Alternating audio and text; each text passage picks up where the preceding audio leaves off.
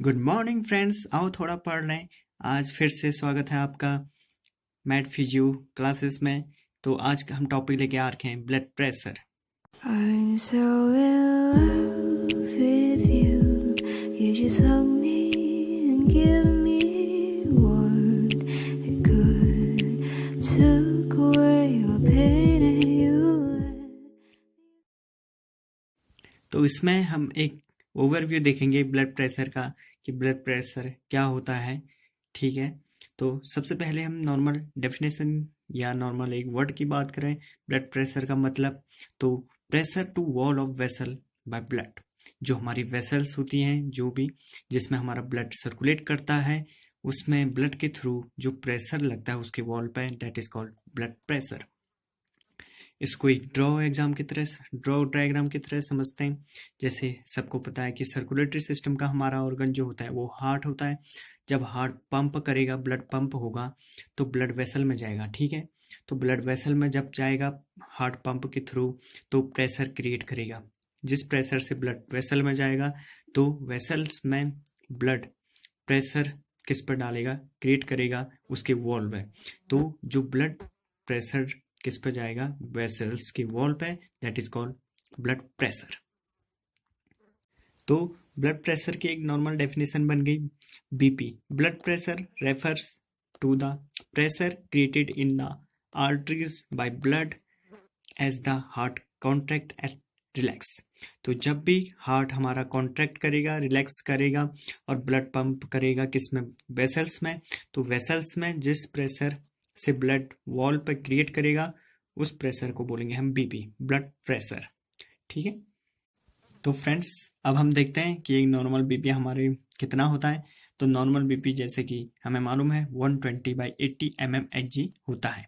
और जो हम बीपी, तो नॉर्मल बीपी 120/80 mmHg होता है, जिससे कि हम एक अपरेटस से मेजर करते हैं, उसका नाम है स्पेग्मोमैनोमीटर। ठीक है, तो अब जो इसमें mmHg, इसमें हम मर्करी ही क्यों लेते हैं मेजरमेंट के लिए, तो इसका रीज़न ये है कि जो मर्करी होती है वो सबको पता है कि ये ऐसा फ्लूइड, स्टेबल फ्लूइड है जो हमारे रूम टेम्परेचर में स्टेबल रहता है। ठीक है, तो जो हमारा 120 mmHg है वो प्रेशर, उसे बोलते हैं हम सिस्टोलिक ब्लड प्रेशर। और जो 80 mmHg है इसे बोलते हैं हम डायस्टोलिक ब्लड प्रेशर। ठीक है, अब सिस्टोलिक क्या होता है, तो अब हम समझते हैं कि सिस्टोलिक ब्लड प्रेशर क्या होता है। तो सिस्टोलिक ब्लड प्रेशर वो होता है जब हमारा हार्ट कॉन्ट्रैक्शन पर बीट में, 1 हार्ट बीट में कॉन्ट्रैक्शन करके ब्लड फ्लो करता है अरोटा में, तो that is called systolic blood pressure. तो इसमें प्रेशर हमारा ज़्यादा होता है क्योंकि हार्ट कॉन्ट्रैक्ट के थ्रू ब्लड को ट्रांसफर करता है। हार्ट पंप करेगा, लेफ्ट वेंट्रिकल कॉन्ट्रैक्ट करेंगे और एरोटिक वाल्व से ओपन ब्लड अरोटा में जाएगा। ठीक है, अब हम समझते हैं डायस्टोलिक। तो डायस्टोलिक का मतलब हुआ जब हमारा हार्ट रिलैक्स करेगा। ठीक है, हार्ट रिलैक्स करेगा तो that is called diastolic. Friends एक डायग्राम के थ्रू समझते हैं कि सिस्टोलिक और डायस्टोलिक क्या है।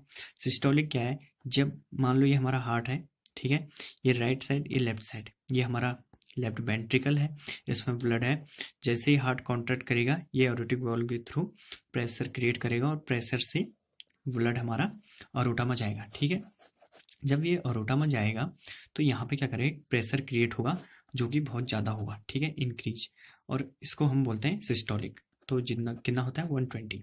जब ये सिस्टोलिक प्रेशर इसमें आएगा तो ब्लड जो यहाँ पर वेसल्स पर प्रेशर पड़ेगा वो होता है 120। और 120 में क्या होता है, ये स्ट्रेच होती है वेसल्स, क्योंकि हमारी जो वेसल्स होती है आर्टरी, उसका प्रॉपर्टी है कि इलास्टिसिटी की प्रॉपर्टी होती है। ठीक है, तो ये हमारा सिस्टोलिक हो गया जब प्रेशर यहाँ से पंप आउट हुआ और प्रेशर क्रिएट हुआ। अब जैसे ही ये वॉल्व बंद, रिलैक्स होगा हार्ट, तो एक कॉन्ट्रैक्शन के बाद तो यहाँ पे वॉल्व बंद हो जाएगा। ठीक है, वॉल्व बंद होगा। ठीक है, तो यहाँ पे लास्ट में कोई प्रेशर नहीं आ रहा, जितना ब्लड, ठीक है, बचा हुआ ब्लड से जो भी प्रेशर पड़ रहा है किस पे, हमारे वेसल्स के वॉल पे, ठीक है, वो है हमारा 80, जिसे हम बोल रहे हैं डायस्टोलिक। समझ गए, जब कॉन्ट्रैक्शन हुआ, वॉल्व ओपन हुआ, ब्लड गया प्रेशर से, दैट इज कॉल्ड 120। जैसे ही वॉल्व रिलैक्स हुआ, हार्ट वॉल्व बंद हुआ, तो यहाँ पर जितना ब्लड है उसके थ्रू जितना यहाँ पे प्रेशर पड़ रहा है that is called diastolic, relax में, ठीक है, ये होता है 80। ओके, तो अब हम एक दोबारा से डायग्राम से समझते हैं। ये हमारा राइट हो गया, ये हमारा लेफ्ट हो गया, ठीक है। अब यहाँ पे एरोटिक वॉल्व है, ये लेफ्ट वेंट्रिकल है। यहाँ से हार्ट जब कॉन्ट्रैक्ट करेगा सिस्टोलिक बीपी हमारा ब्लड प्रेशर होगा, ठीक है, और जब रेस्ट करेगा तो क्या होगा, डायस्टोलिक। तो अब हम इसमें जो समझ रहे थे कि कार्डियक आउटपुट क्या है, अब पर मिनट में, ठीक है, जो हमारा 1 मिनट है या पर मिनट है उसमें हार्ट कॉन्ट्रैक्शन से जितना भी ब्लड पंप आउट कर रहा है, ठीक है, 1 मिनट में, ठीक है, 1 मिनट में जितना भी पंप आउट कर रहा है that is called cardiac output, ठीक है, CO, कार्डियक आउटपुट पर मिनट में, ठीक है, पंप आउट कर रहा है। और उसके बाद टोटल पेरिफेरल रेजिस्टेंस क्या है वो देखते हैं। अब जो हमने देखा था टोटल पेरिफेरल रेजिस्टेंस किसका पार्ट है, ब्लड प्रेशर का जो फैक्टर है एक, ठीक है। कार्डियक आउटपुट क्या है, टोटल पर मिनट में जितना ब्लड पंप आउट हो रहा है। टोटल पेरिफेरल रेजिस्टेंस ये है, जैसे हमारा कॉन्ट्रेक्शन हुआ ब्लड हमारा अरोटा या वेसल्स में, किसी वेसल्स में जा रहा है, ठीक है, तो यहाँ से जब वेसल्स में जा रहा है तो ये कहीं पे टिश्यू से एक्सचेंज होगा फिर, ठीक है, तो वो कैपिलरी सिस्टम आता है, तो वहाँ पे होते हैं आर्ट्रियोल्स, ठीक है, यहाँ पे कैपिलरी सिस्टम हो गया और यहाँ से वीनस रिटर्न वाला सिस्टम हो गया, ठीक है। तो यहाँ पे होते हैं आर्ट्रियोल्स, आर्टरी के एंड में। आर्ट्रियोल्स क्या होता है, बहुत ही स्मॉल डायमीटर्स के ट्यूब होते हैं, ठीक है। अब यहाँ पे क्या होता है, आर्ट्रियोल्स की यहाँ पे होते हैं स्मूथ मसल, ठीक है। अब यहाँ पे आर्ट्रियल स्मॉल डायमीटर ट्यूब होता है, तो ये क्या कहते हैं, बहुत सारे अवरोध रेजिस्टेंस, ठीक है, प्रोड्यूस करेंगे किसको, ब्लड फ्लो को। अब प्रोड्यूस कैसे करेंगे, क्योंकि देखो नैरो होता है, स्मॉल डायमीटर का होता है। अगर तो हमने देखा कि कार्डियक आउटपुट क्या होता है, टोटल पेरिफेरल रेजिस्टेंस क्या होता है।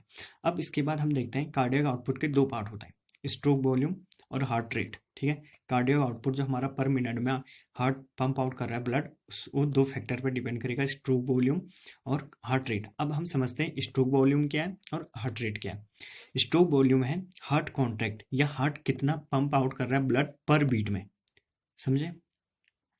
जैसे कि हार्ट रेट क्या है, हार्ट बीट पर मिनट, मतलब पर मिनट में हार्ट कितने बार बीट कर रहा है that is called heart rate, ठीक है। और जो पर बीट में हार्ट हमारा पंप आउट कर रहा है blood that is called stroke volume, okay, ठीक है। हमने ये समझ लिया स्ट्रोक वॉल्यूम क्या है और हार्ट रेट क्या है। अब उसके बाद स्ट्रोक वॉल्यूम हमारा 3 चीज पे डिपेंड करता है, वो होता है free load, contractility and after load. Pre load मतलब एंड डायस्टोलिक वॉल्यूम, ठीक है, जब हार्ट स्क्वीजिंग करके ब्लड पंप करने के लिए तैयार होता है that is called pre load, ठीक है, एंड डायस्टोलिक वॉल्यूम। उसमें वो डिपेंड होता है वीनस रिटर्न, मतलब हमारा वीनस रिटर्न कैसा है। वीनस रिटर्न मतलब जो हमारा ब्लड हमारा प्योरीफाई करने के लिए आ रहा है उसकी वॉल्यूम वो कैसा है। कैसा मतलब अगर ज़्यादा होगा तो हार्ट पंप ज़्यादा करेगा, पंप ज़्यादा करेगा तो प्रेशर ज़्यादा होगा, ठीक है, अगर कम होगा तो कम करना पड़ेगा। तो ये वीनस रिटर्न पर डिपेंड करता है। और वीनस रिटर्न हमारा डिपेंड करता है filling pressure and filling time, ठीक है। अब फिलिंग प्रेशर किस पर डिपेंड करेगा, ब्लड वॉल्यूम पे, मतलब ब्लड वॉल्यूम जितना होगा वो फिलिंग प्रेशर उस पर डिपेंड करता है। और फिलिंग टाइम किस पर डिपेंड करता है, हमारे हार्ट रेट पे, ठीक है। अब हार्ट रेट कैसे, मतलब जैसे 72 पर बीट पर मिनट हमारी हार्ट रेट होती है, ठीक है। अब 72 पर बीट पर मिनट होती है तो उसके अकॉर्डिंग बैलेंस हमारा फिलिंग टाइम का बना रहता है। अगर हार्ट रेट इंक्रीज हो गया, ठीक है, अगर हार्ट रेट इंक्रीज होगा तो फास्ट बीटिंग होगी, फास्ट बीटिंग होगी तो फिलिंग टाइम में कमी आएगी, ठीक है, समझ रहे हो। हार्ट रेट इंक्रीज होगा, ठीक है, अगर 72 बीट पर मिनट है ये हमारा 95 चलेगा, ठीक है। अगर हार्ट रेट 95 है तो फिलिंग टाइम कम हो जाएगा, क्यों, क्योंकि बीट ज़्यादा होने लग गया, बीट ज़्यादा हो गया तो फिलिंग टाइम कम होगा, ठीक है। फिलिंग टाइम कम होगा तो हार्ट वीनस रिटर्न कम जाएगा, जिससे कि प्री लोड कम होगा, प्री लोड कम होगा तो प्रेशर ज़्यादा जाएगा, ठीक है। तो ये हमारा ये हो गया। और उसके बाद कॉन्ट्रैक्टिलिटी, जो हमारी कॉन्ट्रैक्टिलिटी होती है ये डिपेंड करती है जो हमारा मायोकार्डियल मसल है उसके हेल्थ पे, ठीक है। अगर वो अच्छी है तो कॉन्ट्रैक्टिलिटी अच्छे से पंप आउट होगा हार्ट से ब्लड। आफ्टर लोड, ये हमारा आफ्टर लोड डिपेंड करता है टोटल पेरिफेरल रेजिस्टेंस पे फिर से, ठीक है, जो हमारा तो डायग्राम के थ्रू समझे तो ये हमारा लेफ्ट वेंट्रिकल है, ठीक है। इसमें जब प्रीलोड होगा, ठीक है, उसके बाद जब स्क्वीजिंग के बाद ब्लड पंप आउट होगा बाहर को, ठीक है। तो पर मिनट में कितना ब्लड पंप आउट हो रहा है, that is called cardiac output. तो कार्डियक आउटपुट कितना है वो उस पर डिपेंड करेगा हमारा ब्लड प्रेशर। अगर कार्डियक आउटपुट लो है, ठीक है, तो ब्लड प्रेशर कम होगा। कार्डियक आउटपुट हमारा नॉर्मल 5 to 6 लीटर होता है पर मिनट का, ठीक है। अगर ये कम हो जाएगा तो ब्लड प्रेशर लो कम हो जाएगा, ठीक है। दूसरा नंबर 2 क्या था, टोटल पेरिफेरल रेजिस्टेंस, ठीक है। अब क्या होता है, यहाँ से पंप आउट हो गया लेकिन यहाँ रेजिस्टेंस है। रेजिस्टेंस मतलब ये इसको अवरोध कर रहा है, ठीक है। एक तो नर्व आर्टरीज होती हैं, ठीक है, या आर्टरी स्टिफनेस होगी। स्टिफनेस किसकी वजह से, स्मोकिंग की वजह से या किसी और, ठीक है, कोई डिजीज की वजह से। तो यहाँ पे स्टिफनेस होगी या रेजिस्टेंस नैरो हो जाएगी, तो रेजिस्टेंस बढ़ेगा जिससे कि प्रेशर इंक्रीज होगा। और डायलेशन होगा, वेसल्स का डायलेशन होगा तो प्रेशर डिक्रीज होगा। तो ऐसे ये यहाँ पे काम करते हैं, ओके। अब इसमें 2 कंडीशन होती है हमारे ब्लड प्रेशर में, ठीक है, जिसे हम डिजीज बोलते हैं। एक होती है हाइपरटेंशन, एक होती है हाइपोटेंशन। हाइपरटेंशन में क्या होता है, हमारा ब्लड प्रेशर इंक्रीज हो जाता है, ठीक है। जैसे नॉर्मल वैल्यू हमारी थी 120/80 mmHg, ये इंक्रीज हो जाएगी अपने नॉर्मल लेवल से, ठीक है। इसमें 2 स्टेज आती है, pre and high blood pressure. Pre hypertension में क्या होता है, जो हमारा सिस्टोलिक होता है वो 140 होता है और डायस्टोलिक 90 mmHg तक होता है। और जो हाई ब्लड प्रेशर होता है वो इससे अबव हो जाएगा, मतलब 140 90 तक होगा तो प्री। अगर 140 से ज़्यादा है, 90 से ज़्यादा आ रहा है बीपी हमारा, तो that is called high blood pressure, ठीक है।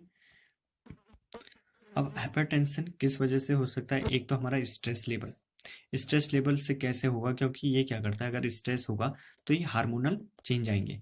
हार्मोनल चेंज आएंगे तो जो कि ब्लड प्रेशर पर इफेक्ट करेंगे। हार्मोनल चेंज इफेक्ट कैसे करेंगे, हमारे जो आर्टरी या वसल्स हैं उसमें चेंज लाएंगे, ठीक है। स्मोकिंग में कैसे करेगा, जैसे हम सिगरेट तंबाकू यूज करते हैं तो इसमें क्या होता है, निकोटीन होता है। निकोटीन क्या करता है, हमारा जो हमारे आर्टरी है उसको स्टिफ कर देता है, ठीक है, उसके वॉल को डैमेज करता है और उसके बाद उसमें प्लेक की फॉर्मेशन कर देता है जिससे कि क्लॉट होना स्टार्ट हो जाता है। तो स्मोकिंग से ऐसे ब्लड प्रेशर इंक्रीज हो जाता है। अल्कोहल में क्या होता है, हमारे अल्कोहल में कैलोरी होती है बहुत सारी, तो ये करते हैं ओबेसिटी लाती है उसमें, जिससे कि इंक्रीज होने के चांस होते हैं। किडनी डिजीज, ठीक है, किडनी डिजीज होगी तो हाइपरटेंशन की। अब हम दूसरी कंडीशन देखते हैं जिसमें क्या होता है, ब्लड प्रेशर डिक्रीज हो जाता है, उसे बोलते हैं हाइपोटेंशन। इसमें क्या होता है, हमारा